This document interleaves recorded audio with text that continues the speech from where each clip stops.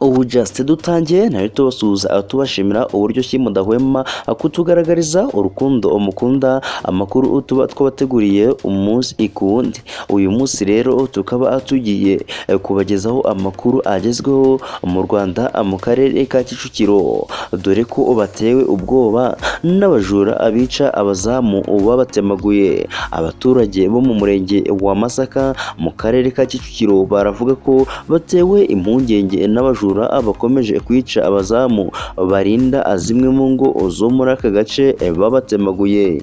Ibi abaturage babitangaje nyuma y'uko muri aka gace hamaze kwicwa abazamu 4 abatemaguwe, harimo n'uwishwe mu joro ryo ku cyumweru tariki ya 30 Ukwakira 2022 uzwi ku izina rya Ndacyayisenga. Bamwe mu baganiriye n'itangazamakuru bavuze ko abo bajura baba bitwaje intwaro gakondo zirimo imihoro, ndetse abanyerondo bo muri aka gace nta bushobozi bafite bwo guhangana n'abo bajura. Bemeza ko abo banyerondo bo muri aka gace nabo batinya abo bajura, kuko iyo bashatse kubafata bahita babirukansa bashaka kubatema bagakizwa n'amaguru. Umwe yagize ati yatabazaga ataka cyane avuga ngo wandetse tuje dusanga umuntu aragaramye hariya batemaguye bamukuyeho umutwe.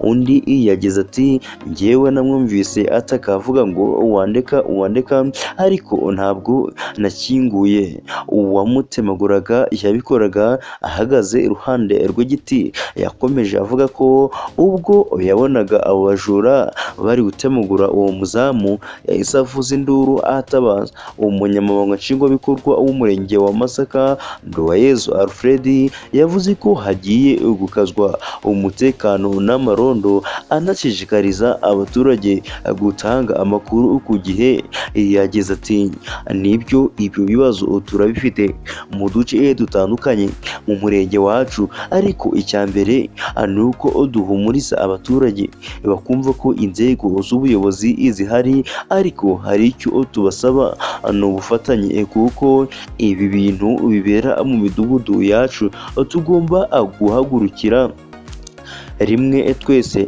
dushyize hamwe, hakajyaho umuco wo gutanga amakuru ku gihe kugira ngo dutabarane byihuse. Yakomeje avuga ko abaturage nibakora ibyo basabwa, ibindi ibisigaye ibyo guhashya abo bajura inzego z'umutekano zizabiha umurongo bitange umusaruro ukwiye.